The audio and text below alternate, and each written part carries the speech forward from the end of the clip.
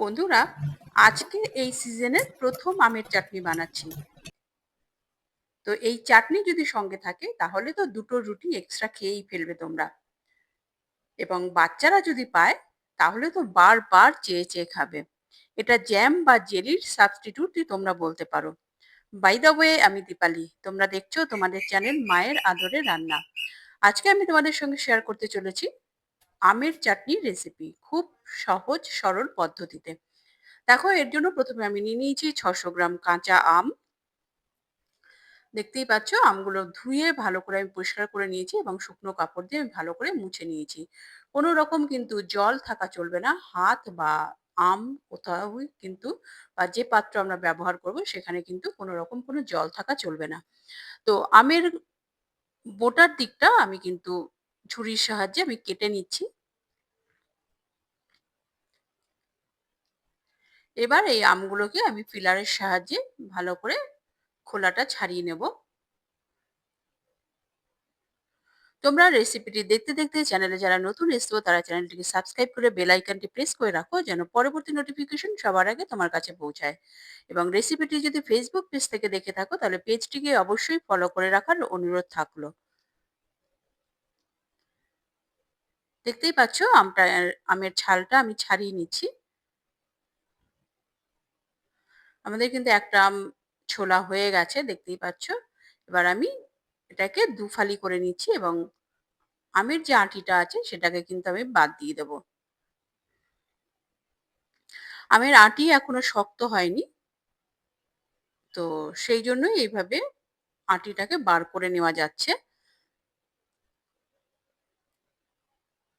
এবার বাকি আমগুলো কিন্তু আমি একইভাবে ছুলে নিয়ে দুটো টুকরো করে নেব এবং গ্রেটারের সাহায্যে এবার আমি গ্রেট করে নেব। গ্রেটারের সব থেকে যেটা বড় দিক, আমি কিন্তু সেই দিক থেকেই আমি কিন্তু গ্রেট করে নিচ্ছি।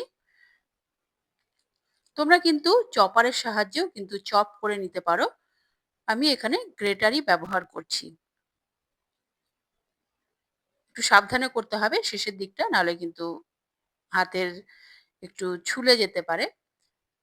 তো দেখো, আমাদের কিন্তু একটা টুকরো গ্রেট করা হয়ে গেল। তো আমার মনে হচ্ছে একটু বড় বড়, সেই জন্য এর থেকে একটু ছোট যে গ্রেট করা হোল আছে, তো আমি সেটা দিয়ে গ্রেট করে নেব বাকিগুলো।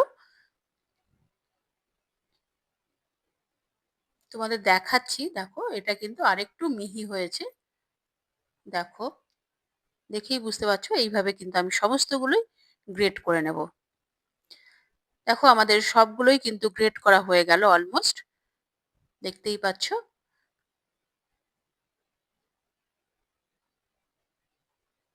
তোমরা কিন্তু রেসিপিটি ট্রাই করো, ট্রাই করে আমাকে কমেন্ট করে জানাবে তোমাদের কেমন লাগলো বা কেমন তৈরি হলো।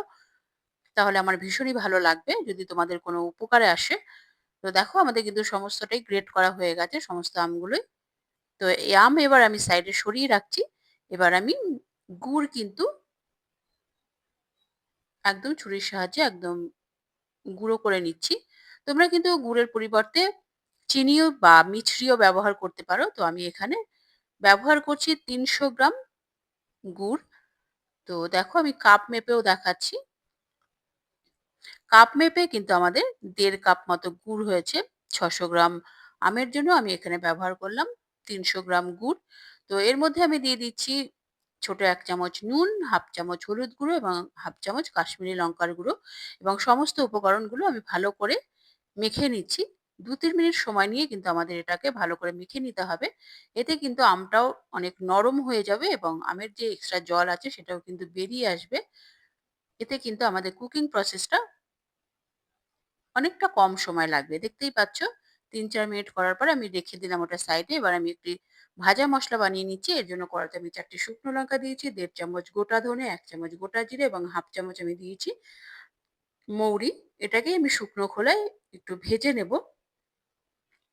দেখো, আমাদের কিন্তু ভাজা হয়ে গেছে। এবার আমি এটা নামিয়ে ঠান্ডা করে নেব। এবার ওই কড়াতেই আমি যে আমটা মেখে রেখেছিলাম গুড়, নুন, হলুদ, কাশ্মীরি লঙ্কার গুঁড়ো দিয়ে, তো সেইটাই আমি দিয়ে দিলাম কড়াতে।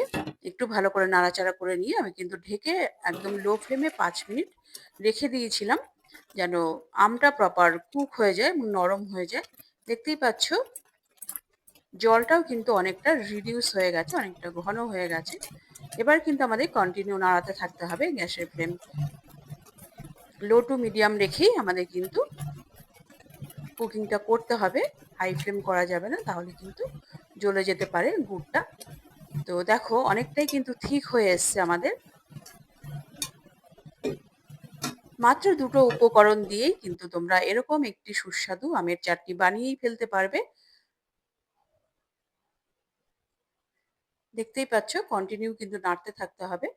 আমাদের কিন্তু অলমোস্ট হয়েই এসেছে। দেখো আমরা যে ভাজা মশলাটা বানিয়ে রেখেছিলাম সেটাই আমি মিক্সার জারের মধ্যে একটু দানাদার করেই আমি কিন্তু গুঁড়ো করে নিয়েছি। তার থেকে আমি ১.৫ চামচ ব্যবহার করলাম এর মধ্যে। বাকিটা আমি অন্য সময় চাটনির জন্য ব্যবহার করব। তো ভালো করে মসলাটা দেওয়ার পর ভালো করে মিশিয়ে নিয়েছি। আমাদের কিন্তু রেডি হয়ে গেছে আমের চাটনি। এর থেকে বেশি ঘন করা যাবে না। এর থেকে ঘন করলে এটা কিন্তু ঠান্ডা হলে আরেকটু ঘন হয়ে যাবে। এবার আমি একটা এয়ার টাইট কন্টেনারের মধ্যে সরাসরি ট্রান্সফার করে দিচ্ছি। গরম অবস্থাতেই আমি ট্রান্সফার করলাম। তোমরা কিন্তু এটা রুটি, পরোটা, লুচির সঙ্গেও ট্রাই করতে পারো বা শেষ পাতে ভাতের খাওয়ার শেষ পাতে তোমরা কিন্তু এটা ট্রাই করতেই পারো। দুর্দান্ত ডেজার্ট হিসাবেও ভালো লাগবে। রুটি, পরোটার সাথে তো ভালো লাগবেই। পরবর্তী এপিসোডে আবার দেখা হবে। ততক্ষণের জন্য নমস্কার, ধন্যবাদ।